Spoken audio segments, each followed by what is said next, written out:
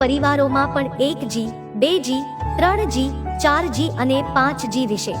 1G એટલે કે આપણા વડદાદાઓ ગોળ, રોટલો, કઢી, ધોતી, કેડિયું પેઢી. રાત દાડો જોયા વગર મજૂરી કરીને જેમ તેમ ગાડું ગબડાવ્યું. ટૂંકમાં આ પેઢીએ જીવન ચલાવ્યું ને કંઈક ભેગું કર્યું. 2G એટલે આપણા દાદાઓ ઘી દૂધ, શીરો, ધોતિયું પહેર ટોપી. જેટલા મહેનતુ એટલા જ ગણતરીવાળા. શિક્ષણનું મહત્વ આ લોકો બહુ પહેલા સમજી ગયા અને આપણા બાપાઓને ભણાવ્યા. જે પોતે ભણી ના શક્યા એમને બચત કરી શહેરો તરફ તગડ્યા અને એમને નોકરી ધંધામાં વાળ્યા. ટૂંકમાં આ પેઢીએ ભેગું કર્યું. 3G એટલે આપણા બાપાઓ શ્રીખંડ, રસ, રોટલી, પેન્ટ શર્ટ, સફારી, બૂટ મોજા. શહેરોમાં બચકું બાંધીને આવ્યા. કર્કસર, સંઘર્ષ, આયોજન, સેફ સાહસો કર્યા. ખૂબ રાજકીય, સામાજિક, ધાર્મિક પહોંચ બનાવી. ખૂબ મહેનત કરી અને આજે દુકાનો, કારખાના, ઓફિસો, જમીન જાયદાદ, ગાડી બંગલા ખડા કરી દીધા. તમારા પપ્પાને આજે એમની સંઘર્ષની જૂની કહાની પૂછજો, મજા આવશે. ટૂંકમાં આ પેઢીએ કંઈક વધાર્યું. 4G એટલે આપણે બધા ખાવાનું પંજાબી, ચાઇનીઝ, અનલિમિટેડ થાળી. પહેરવાનું જીન્સ ટી-શર્ટ વાળી પેઢી. 50 પૈસાની આવક અને રૂપિયાનો ખર્ચો. સ્માર્ટફોનવાળી પેઢી. પાર્ટીઓ, ખર્ચાઓ, દેખાડાઓ, હોટલો, આબૂદી વધમણ અને શેર સટ્ટાઓ. ડાયરા, ડીજે. સમજી ગયા કે લાંબુ ચલાવવું હજી. ટૂંકમાં આ પેઢીએ બધું ઉડાવ્યું. હા, હાલની આ પેઢી ખૂબ જ આક્રમક, પોતાના હક અને અધિકાર માટે સામી છાતીએ લડનાર, ઘર, સરકાર કે સિસ્ટમ સામે ખુલ્લું બંધ પોકારનાર, બાહોશ અને બળવત્તર પેઢી છે. બસ જરૂર છે તો એમને સમયસર એક સાચી દિશાની, સાચા માર્ગદર્શનની અને સાચા વિચારની. હવે વાત કરીએ 5G એટલે કે આપણા છોકરા.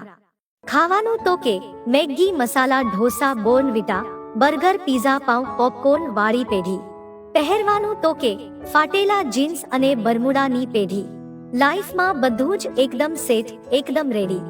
કોઈ જ ટેન્શન નહીં, કોઈ મગજમારી નહીં, કોઈ જવાબદારી નહીં, કોઈ ચિંતા કે ઉચાટ નહીં.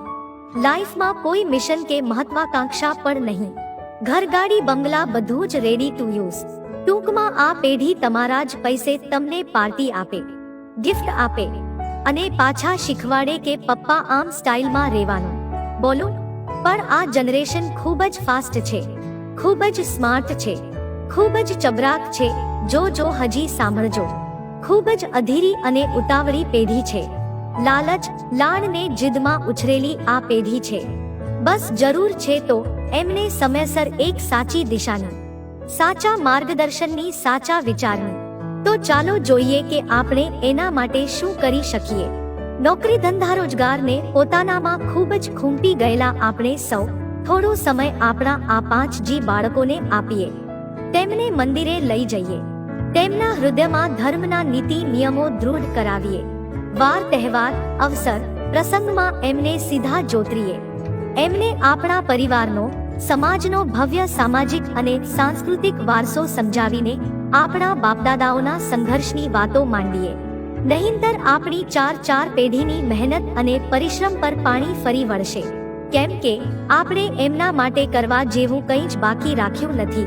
શિક્ષણ પ્રત્યે, પરિવાર પ્રત્યે એમનામાં સૂઝ અને નિરાશા પ્રસરતી જાય છે. મહેનત, મજૂરી અને પરસેવાની કમાણી એટલે શું એ એમને ખબર નથી. કારણ કે 24 કલાક એરકન્ડિશનમાં રહે છે. મારી આ વાત જો ખોટી લાગી હોય તો મને માફ કરજો, પણ આજની અને આવનારી પેઢી માટે આ ખાસ વિડિયો છે. મિત્રો, તમને મારી આ વાત કેવી લાગી એ કમેન્ટ કરીને જરૂર જણાવજો.